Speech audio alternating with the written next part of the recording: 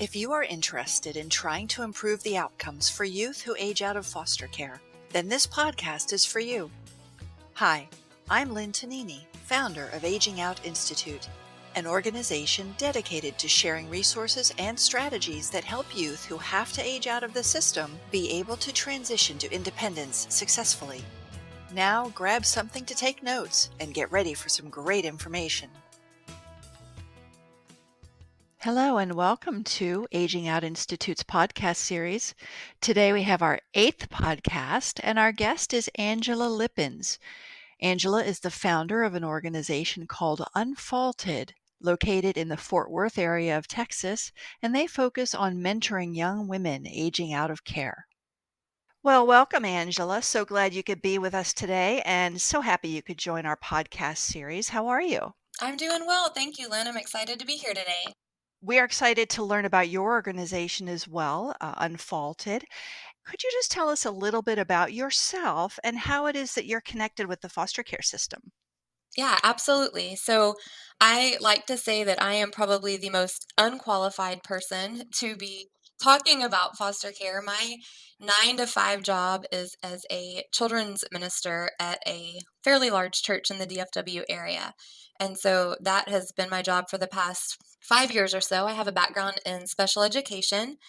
And just kind of as I was going through life and learning about things as I got older, our church is very, very focused on foster care. And I loved watching that and seeing that ministry grow and just started thinking about, well, what happens after?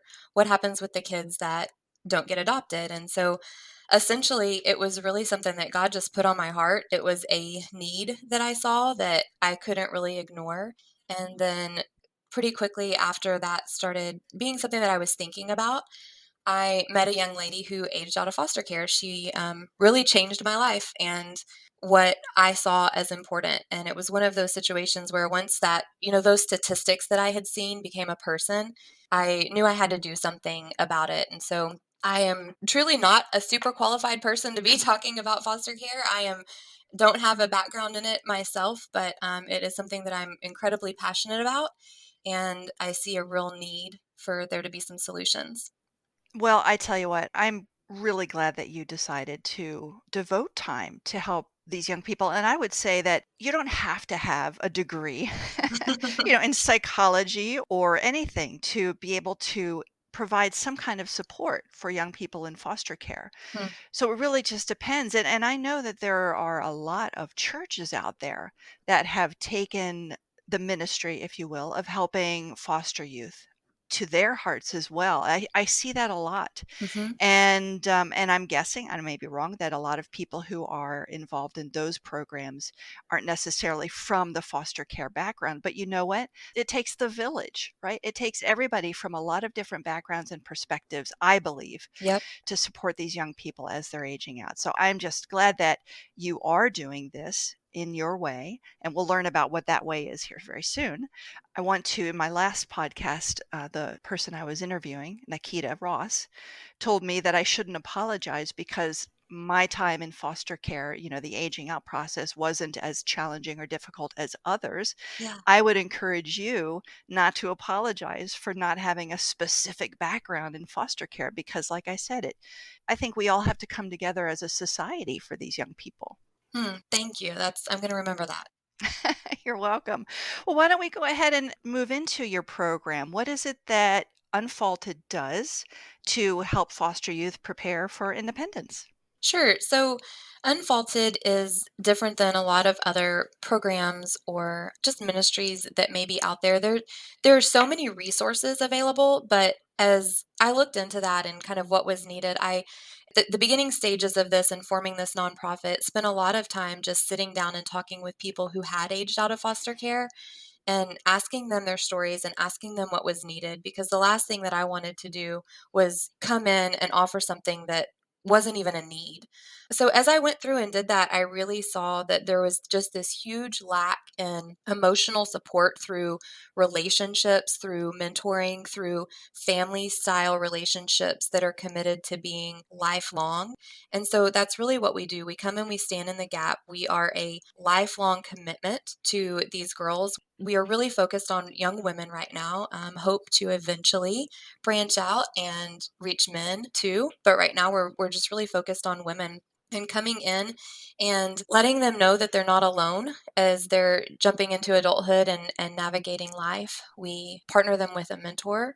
If they want, we partner them with a forever family, which is a family that's open to either adult adoptions or just a lifetime commitment of, we're here for you. We want to celebrate with you. We want to be by your side through anything that you might go through.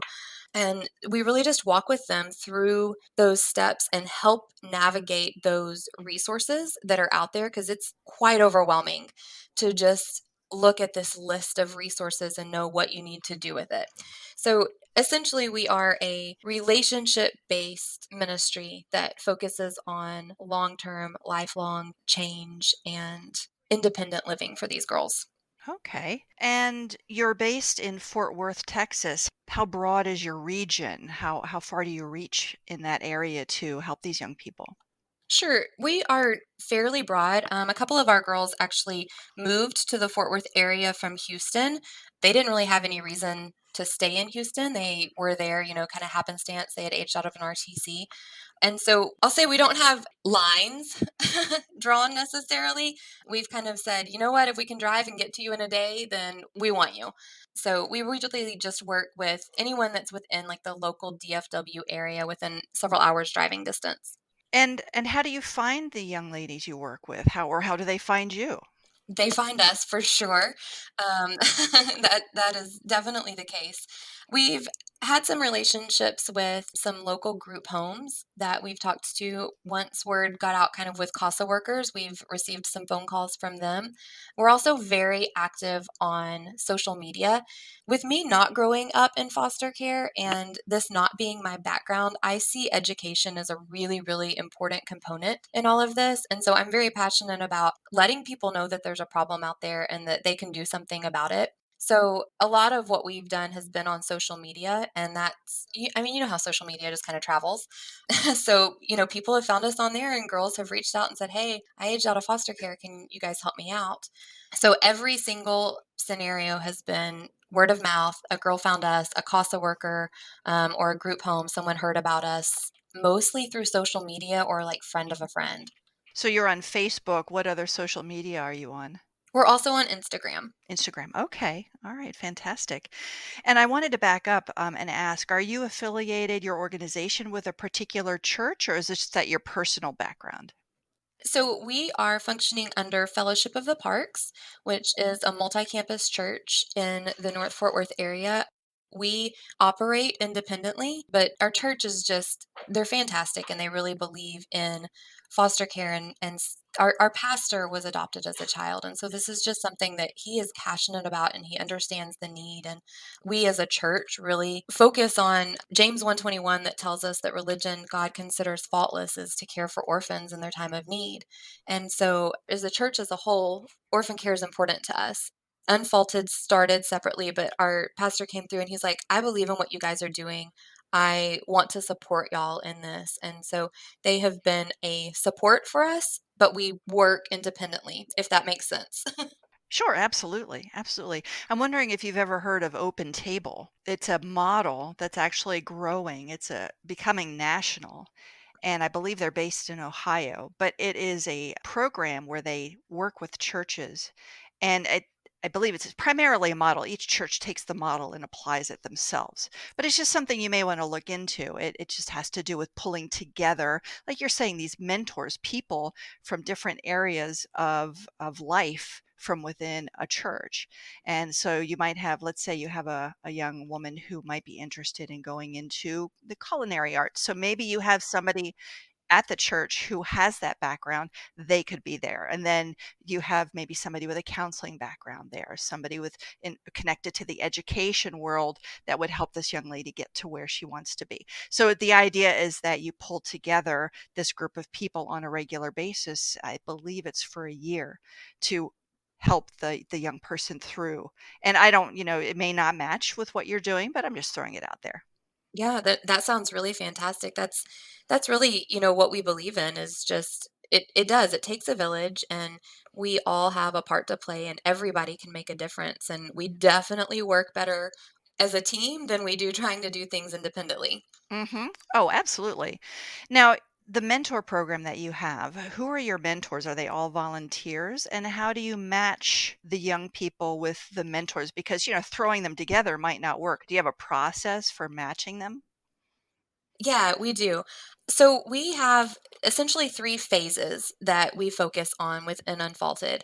And phase one is safety. And basically, using Maslow's hierarchy of needs, we look at okay, we need shelter, we need food, we need some stability right here, so that there is a safe environment to even start anything. So our step one, our phase one is just getting these girls safe, whether that's pulled out of trafficking, pulled from homelessness, pulled from, just an abusive situation, whatever that might be, getting them from a place of difficulty or danger or hopelessness into just safety. Within that phase one, we gently ask and try and figure out what are some things that you might would look for in a mentor. What are some of your likes? What are some of your interests? And we have a really simple welcome packet that they fill out. It's a Google Doc. So it's really easy for them to fill out. Takes about 5 minutes. And we ask some simple questions like what's your favorite holiday? What's your favorite movie? Those types of things so that some of those more light-hearted interests make for an easier way to pair somebody. So we're kind of getting to know them a little bit during that safety phase. And then by the end of that phase, they have met a mentor and are starting to build a relationship with them based off of their interests that they've turned in, the things that they've told us that they want, as well as just us talking to our mentors. And we really get to know their stories and ask them, hey, what's something that you're passionate about? What makes you qualified for working with, this specific situation or this one? So I'll give you an example. We had a girl recently come to us and she had given a child up for adoption. Well, we had a lady that was waiting to mentor who had given up a child as adoption, and that was something that she brought to our attention in that interview process. And so that was a great match. It was something that they could connect on and build a relationship on. So that's really kind of what it comes down to is just finding some of those similar matches. And then you know what? We're also not afraid to say, "We screwed up and that was a bad match and let's try something else." And that's bound to happen, I would It imagine. is. It is. Well, it's very interesting, the relationships, the importance of the relationships. Research shows with foster youth that we'll call it a protective factor, we'll call it support, that young people are more likely to succeed. And the statistics really show this if they have at least one person that they're connected to. And at least to me, it seems like it may be the most important factor is that connection. And I've actually noodled on taking Maslow's hierarchy of needs, and I'll put this as a resource, the hierarchy on the podcast. But love and belonging is third up. First, physiological needs, your physical needs, then safety needs, and then love and belonging. But you know what? Maybe it's not for everybody, but I believe for most foster youth that love and belonging is just as critical as the safety and the physiological needs. Absolutely. And I almost would rework that model so that love and belonging overlaps those two, because Mhm. what you're talking about is you're helping them with their food, their shelter, their safety, their security. At the same time, you're trying to connect with them. Correct. Because at least in my mind and from my experience and what I've seen, young people, they don't know how to pursue the physiological and safety needs, at least do it in a healthy way. But if they have that connection that somebody they can lean on, ask questions of, then they are more likely to be successful doing that. So have you seen the same? Yes, absolutely. I think that there's a sense of almost like normalizing conflict and just working things out as an adult. I mean, I think anybody that's made it through their 20s is going to tell you that they learned a lot through their mistakes. And something that I've seen just with all of our girls is almost this sense of conflict equals failure or hardship equals failure. And so we've really seen just this huge need of that relationship being a part of it to say, hey, you know what? I've screwed up too. And I've messed up. And this is what I've learned from it. And this is very normal to have experienced these failures to get to the point that you're at right here. So I really think that the relationship part of it brings a sense of normalcy to what they're going through because it puts a real life person there to interact with during those hard things. I like that perspective. What are the challenges, though, from your experience in the work you've done, helping the young people trust? Time. This is not a quick, let me introduce you to a mentor and then you guys have a great trusting relationship within 24 hours. It doesn't happen. It doesn't happen with anybody. And one of the very first things that we tell any of our volunteers, anybody who wants to come in and be a mentor or be a forever family, is please don't come into this and think that you are the superhero, that you're coming in to rescue, and that you're coming in and you are just going to change everything. And, the world's going to turn brighter and all their problems are going to be solved because that's not what's going to happen. And you can't view yourself as the superhero or the savior in that situation. And so we really try and explain, give it time, give everything time. Every single relationship takes time to form. So we try not to push that. I would say though, just as far as hardships in it, we've had to really adjust. Like we are a brand new nonprofit. We just started really at the end of 2019, but we didn't start actually working with girls until January. And so this is new. Now, I mentioned, meeting the young lady that really changed my life. I've been mentoring her for about 3.5 years. Gosh, and she's taught me so much. She's been great. She's been honest with me. She has said, do this, don't do that, don't call it this. And and just really honest, which I've needed and have really, really appreciated. But I think what we have learned through this is you can't jump into relationship and you can't jump into family. It's something that's created over time. And so that's why we kind of adjusted our phases to what they were, to where there's time to work up and build to that. And for some girls, family's an evil word. It's not something that they're comfortable with. And so we've really just learned that there is not a black and white way of doing things, that there's just a lot of fluidity that has to happen within this and a lot of grace. And, let's try that again. The hardship in it is time and having everybody that's involved recognize and realize that all of this takes time. And that's really quite all right. Yes, you just have to have the patience. Yeah. And you said this is a lifelong commitment. Now you just started. Yes. So what does that look like to you? And what ages do you start working with? So we start with 18. In Texas, kids age out of foster care at 18, but they can opt to stay in until 21. Not many do. And honestly, most of our girls aged out at 18 left and then came back and said, wait, I can't do this on my own. So we start at 18 and go up to 25 as far as what we are initially working with. But again, it is a lifelong commitment. Like once we call it the unfaulted family, you have unfaulted sisters, you have, your unfaulted support team. And once you're a part of it, you're always a part of it. So those phases that I talked about, I'll kind of talk through that. And I think that that'll help explain the lifelong commitment of it. So that phase one is safety, and just that initial contact with a mentor that is going to be with them throughout the whole process. Phase two is all about relationship. So during that phase, they have counseling available to them for free. They have their mentor that they met during phase one that is sticking by their side. And then we're working with them to find a forever family that's a good fit, that is one that they feel comfortable with, that they feel like they can bond with and thrive with. And so we really start working on relationships are okay. They can be good, and just delving into that a little bit. Now, during phase one and phase two, there's a lot of resources that they need from us, financial support, housing support, food, things like that. And we help as best we can to have them find those resources that are already available. Like Like I said at the beginning, there's so much out there, but it's really overwhelming to look at. So we navigate that together. Then phase 3 for us is independence. And that's where they start working on they're paying in full for their rent. They are paying for food now instead of being fully reliant on food stamps. So they're working towards what that independent lifestyle would look like, still with their mentor, still with their forever family that is never going away. But the resources that Unfaulted has been providing, those start trickling off and they work their way into that independence to where eventually they don't need us, but we all need and desire family. And so that's what's left in the end. Once they are fully independent, what they're left with is a supportive family that isn't going anywhere and that they have to celebrate their accomplishments with, that they have to go there for holidays and birthdays and for highs and lows. So when I say lifelong commitment, yes, there are steps, that we're working towards. Our goal is not to have a 30-year-old that's living at home and dependent on a family.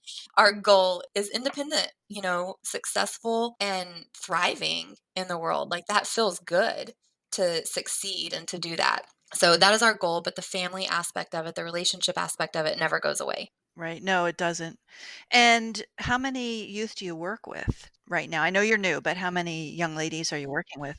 We are actively working with 5, and right before we jumped on this, I actually got a call from a Costa worker, and we may be jumping on to number 6. Oh, okay. What's your hope as far as growth is concerned? How many youth would you like to help, maybe, say, on an annual basis? Yeah. So we were super cliche with our goals this year, and we said we want to reach 20 girls in 2020. And we're definitely on track for that if we continue with the growth that we've had. I'll be completely honest, I have a feeling that it's going to be more than that. There's a huge need, and Texas especially has a large, large number of youth that are aging out of foster care every day. And we don't want to ever have to say no. And this is where I really believe that the church comes into play in all of this. And not just, the church that I attend or work at, but just churches all across the nation. There are families that there's no reason that they cannot take on an adult and say, I want to be there for you and I want to encourage you and I want to be a part of your life forever. And so I think sometimes maybe it sounds daunting to adopt or to foster, but you know what? If you've raised kids and you did a halfway decent job at it, you can be a family to somebody. And I think we all desire and want that. So our goal is to get in more churches and spread the word on that and train families to never have to tell a youth, sorry, we don't have a family or a mentor available for you right now. We always are looking to have more mentors and more families waiting. Right. And I would imagine that there are so many people out there in churches and not in churches who don't realize what these young people go through. I don't know how many people I meet just on a regular basis who aren't even aware that aging out of foster care is even an issue. Not at all. It's awareness. That's so key. Yeah, the education side of it's really important to me. I mean, I'll be completely just transparent in this. I'm pretty ashamed that I lived 35 years of my life without knowing this was a problem. That's really shameful for me to have to say that, but it's true. But how could you know if it really is an awareness issue? If you've never been exposed to this world of foster care, you wouldn't know. So I don't think you should feel bad, but I believe feeling motivated to get the word out is a great way to prevent other people from going down the same road. Yes, definitely. It definitely is. And that's really where I'm at. And can I tell you, one of my favorite things, I love going and speaking with groups of people about this, the look on their faces. I mean, you share just a couple of statistics with them and they're stunned. And then I share, hey, this isn't just statistics. Like, let me give you a list of names. Let me bring this girl in and let you talk to her. And they're blown away that this is a real problem. I can't tell you how many times I've had people go, well, if they're in foster care, why doesn't the family just keep them? They don't know. They just don't know. Yeah, they don't have the knowledge, and they don't realize that these are kids that are in their neighborhood. Yeah, that their kids to go to school with. Right, exactly. Now, I know that CASA is a great resource and they try to also educate people on the challenges of these young people. Do you want to call out any particular CASAs near you that you partner with, and how are they as a partner and a resource? I will say CASA overall has really just been great. We have a lot of CASA workers that are in our church that kind of got started. As you said, there's kind of this movement and everything right now, and people's awareness came about. And we had a challenge a couple years back where we challenged our church, get involved, be a CASA worker. And they have been incredible because I think those CASA workers are cheering for these kids and they are doing anything and everything that they can to see them succeed. And so I love that partnership. I love what that looks like to be able to tell a CASA worker or even a caseworker. I mean, there's some really great caseworkers out there. We won't throw them all under the bus, right? But to talk with them and to be able to assure them, hey, there's hope. They're not going to turn 18 and just be doomed. I have a good friend that is a CASA worker, and she has been doing it for a little while, but she said, once I'm done with the case that I have right now, I'm going to only focus on the kids that are aging out so that we can actually work together and partner in this. And so I hope that kind of becomes a norm that people aren't scared of somebody that's about to turn 18 and, afraid that they're not going to be able to help. So, CASA as a whole, I don't want to name names and hurt anybody's feelings, but CASA as a whole has been just absolutely incredible to work with. And you have more than one CASA group in your area? Yes, we have multiple CASA workers. Okay, I know there are CASAs, like, usually have a region or a CASA of this county or something like that. Yeah, and you know what? I honestly don't know which region each one of the individuals that I know is with. They don't actually usually specify. They're just CASA, and that's all you need to know. They're just CASA. Exactly, exactly. All right. Now, I'm gonna take a step back. I thought of a question. You were talking about, your young people and how you bring them on board. Do you have a physical location where these young people come together at all? Do they meet each other? What does that look like physically, or is it really just more them meeting up with the mentors wherever they're located? Yeah, so our mentors go to them wherever they're located, but we have get-togethers. We have celebrations. Somebody gets the driver's license, we all get together and have lunch and have cake and, celebrate that it happened. And so that relationship part of things is just as much us as it is the girls with one another. We do not have like a brick and mortar building that we operate out of. The church, again, that I work at has been very generous. We've used it a lot, or we'll just meet up at Chick-fil-A or, go grab a bite to eat somewhere. So we do get together physically, all of us as a whole, and just really try and make sure that the girls are able to meet each other pretty much right off the bat. Because I get it can be a little bit scary coming into something. And the last thing we want is to be another program, another placement, just another thing that could fail them, and so we really try and have them make those personal connections. And do you provide financial support? Do you provide food or clothing? What kind of other miscellaneous supports do you provide the young people? Yeah, all of that. That's all definitely part of our, the phase 1 and even phase 2 before they start working towards independence. There is a fantastic nonprofit called Chosen Ones that we have partnered with, and they have a warehouse, and they really work to help foster families that may need something. So let's say we have a husband and wife and they don't have any kids, but they are about to foster a 2, 3, and 4-year-old, and they suddenly find themselves needing clothes and diapers and a bed and all of that. So, Chosen Ones is this great warehouse where they can go and get what they need, and they have expanded that to include our girls through Unfaulted. So once a month, our girls are able to go in and get clothing, get diapers if they've got babies, get socks and underwear and furniture and whatever it is that they need. They're able to go in once a month and get those items from Chosen Ones. And so that's been a really fantastic partnership. And then as a nonprofit, yes, we help, we provide and help financially with food and housing, transportation. We've gotten cars donated. We have had mechanics that have volunteered their time to, really cut down on costs in order for us to get a hunk of metal up and running and safe for the girls to be able to drive to and from work. So yeah, we really look to take away anything that might be standing in the way of success. If you don't have a car, you can't get to your job, and it puts a lot of boundaries in place. So, yes, we work really, really hard to provide those resources that are needed. Well, that's good to hear. And I think the idea of partnering with other programs, organizations is such a great approach. And a lot of organizations do that. Not all organizations can be all things to all young people. Yeah. So look around, find the other organizations and try to connect with them. Yes, and that's really what we want to do. We want to be able to focus on the relationship part of things and then just partner with other ministries that are out there, other nonprofits that are out there, because there are a lot of things being offered. Absolutely, you just have to find them. Mhm. Now, the mentors that you do have, do you put them through a particular training program, either a curriculum that you've developed or trauma-informed training, anything like that? How are they prepared to be mentors? Sure. Yes, we do. We have a lady, her name is Patty Rooks, and she owns Godly Grind Coffee Company in Godly, Texas.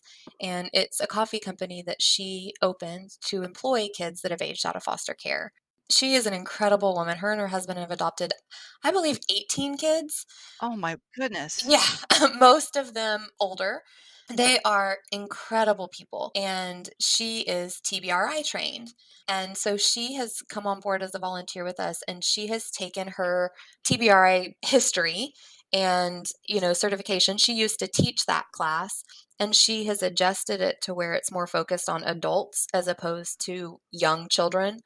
And so we have a program where they come in, our forever families or our mentors, and they come in and they do that training. Let me just pause because not everybody may know. What does TBRI stand for? Trust-based relational intervention. It's a therapeutic model that they use to train caregivers of young kids that, have been through trauma and the foster system essentially. But whenever they're talking about TBRI training that maybe would happen with a family that is considering fostering or adopting a 3-year-old, they're going to talk a lot about tantrums and toileting issues and acting out. So she has taken that information and adjusted it to here's what this might look like with a 22-year-old, which has just been so helpful to have obviously her experience. She's not only trained in it, but she's lived it. And so she's just the perfect person to come in and help teach that. And so our mentors and our forever families have learned so much from her. And then we also have a couple who they're our forever family trainers essentially, and they're there to walk by their sides and cheer them on and encourage them. And they themselves have adopted kiddos that have either aged out or were about to age out. And so they've walked that, and they have seen what it looks like, and they're able to sit down with these families and say, "Hey, here's what we've gone through." So even our training is really very relationship based. We're all about just talking through those experiences and what it has looked like in real life versus just textbook. So, how is it that you are funded to make all of this happen? It sounds like, you do have volunteers, of course, but you must have some expenses. So, how is it that you are funded? Yeah, we do have expenses.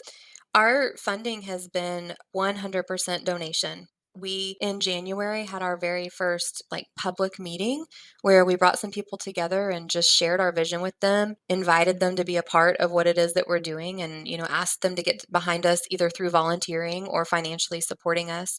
We had a fundraiser scheduled that has had to be canceled due to COVID, but that's how we get our money is fundraising and donations. Okay. And I'll just ask you here now because the time is right. If any listeners would be interested in providing donations to you, either monetary or non monetary, how can they connect with you to do that? The best way to do that would just be on our website, unfaulted.org. Fantastic. Hopefully, folks will be able to donate something to your effort there.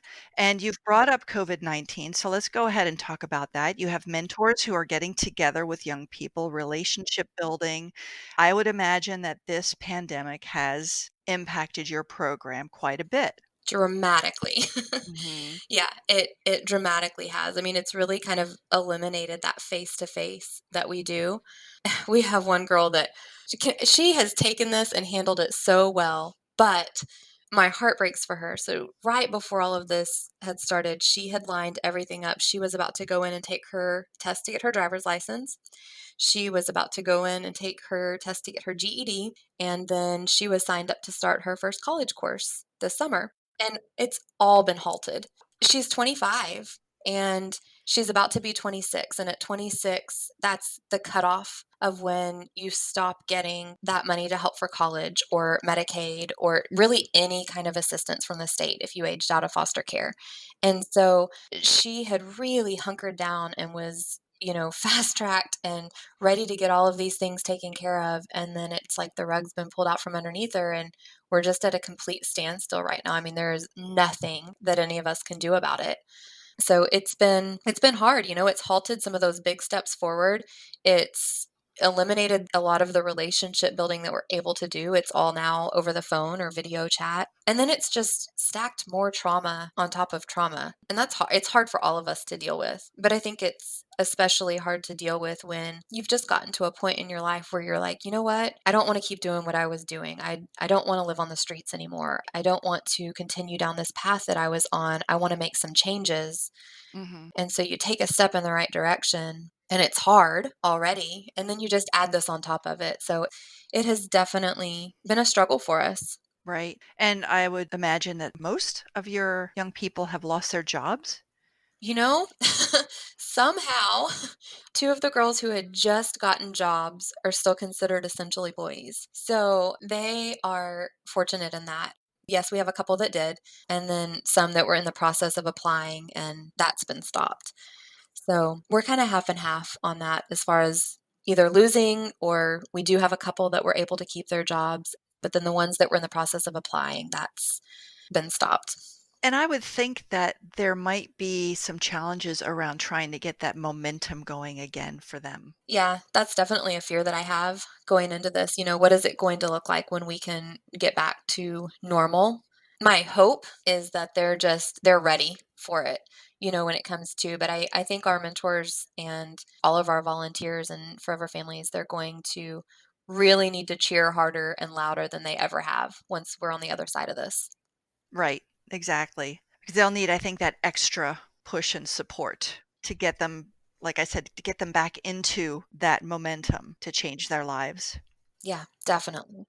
Now, I would hope, now I don't know what's going to be happening as far as foster youth in the United States. I know in Canada, a few of the provinces have made the decision that young people don't have to age out of the system during this COVID-19 crisis, that they will be able to stay in the system until such time as it's deemed okay, to age out. Wow, that's great. I know there's been some discussion in a couple of states about that, but the one young lady you told me about who had everything lined up, right? And now she's almost about to be 26. I would hope that the people who are making the decisions would see fit to extend that deadline for people who are in shoes like hers. I would love to see that happen. Even if it's for half a year, just give them a chance to get started again. Don't cut them off at 26. That's our hope too, and that's the approach that we plan to take with this is we're going to go to bat for her and we're going to say she had all these things lined up. I mean, these appointments were scheduled and this was planned and intentional and set and ready to go, and something that was completely out of everybody's control has stopped it. And so we really want to jump in there and say, can you make an exception? Can she still get the money to help her go to school? Can she get Medicaid just a little bit longer? Can we extend some of these services?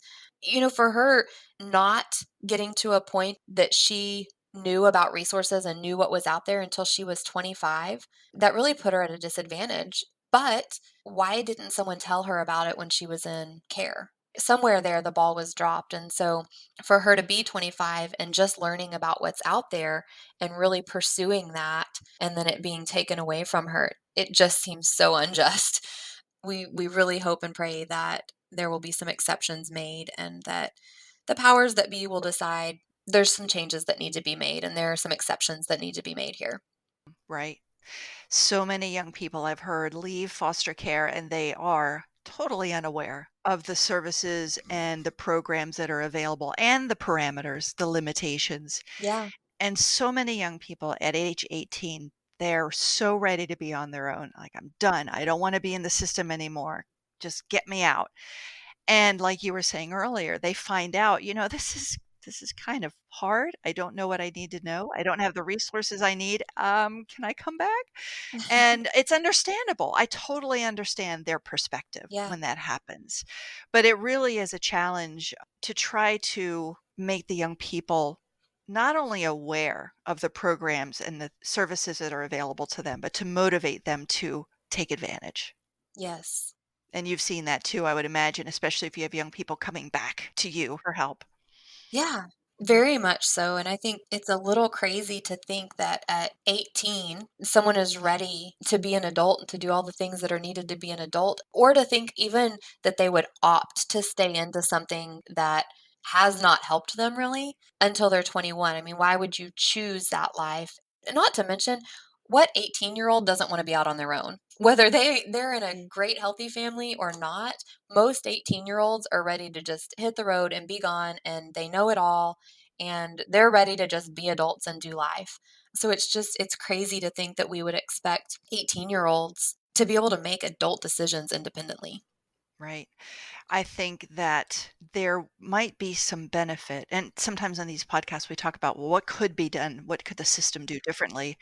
I don't know how this could work, but something along the lines of, you have a young person who's turning 18. If they decide not to do extended foster care, could there be an expectation that, okay, then what you need to do is sign up with an organization that supports youth who have aged out, something like yours. There's so many out there.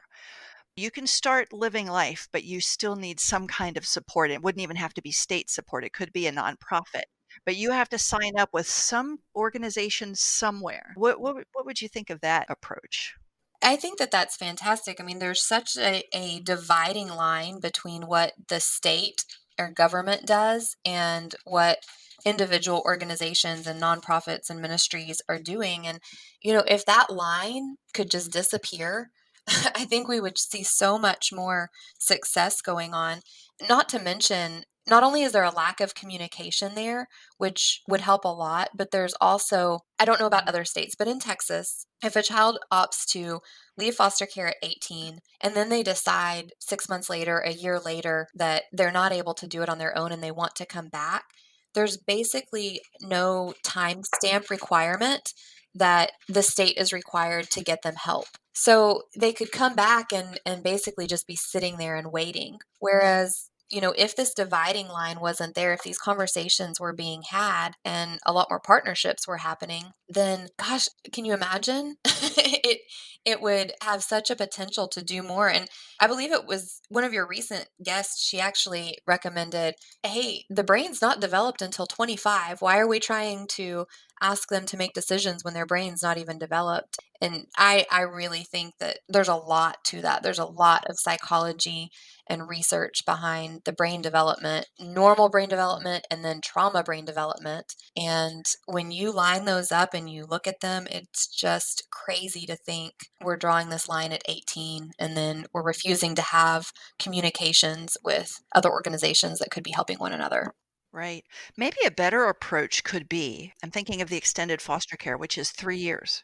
Is okay, young people, you're 18. You have 3 years of additional support, and you can take advantage of that at any time. If you're 29 and you run into some trouble, we can provide you some assistance. Whatever, I don't know what that assistance would look like, but the idea is they could use that assistance, and maybe it's 6 months here and 6 months there, but they use the 3 years over the next several to help them get launched into life rather than just saying, no, it has to be up to the age of 21. Because some 18-year-olds, I mean, some are ready. Some are like, okay, I'm going to go to college. I'm going to do well. They're resilient. They're out there. They're doing it, right? For whatever reason, they've got that track and they're on it. Oh, yeah.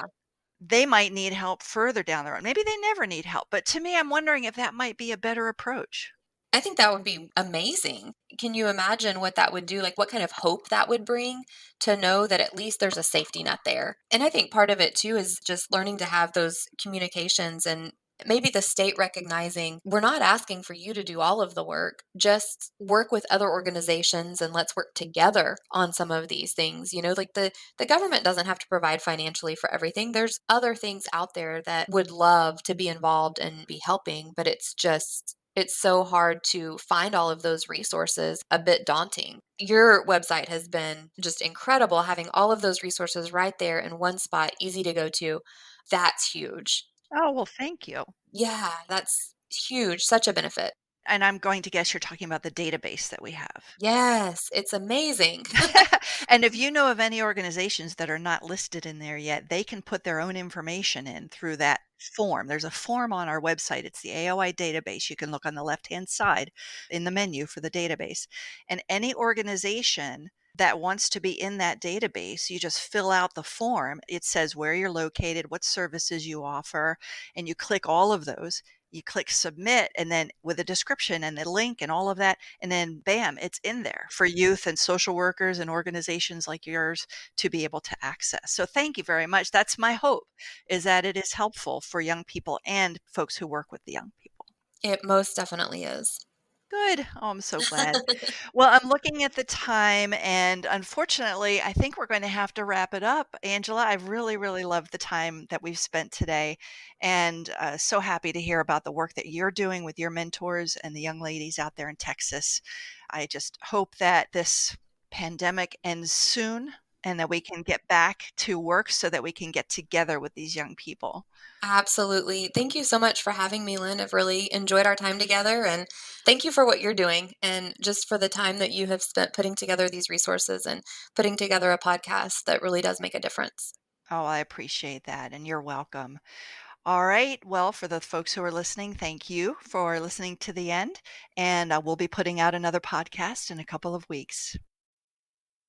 Thank you so much for listening to this episode of Preparing Foster Youth for Adulting. Any resources or research mentioned in today's podcast will be added to this episode's show notes at agingoutinstitute.org/AOI podcast.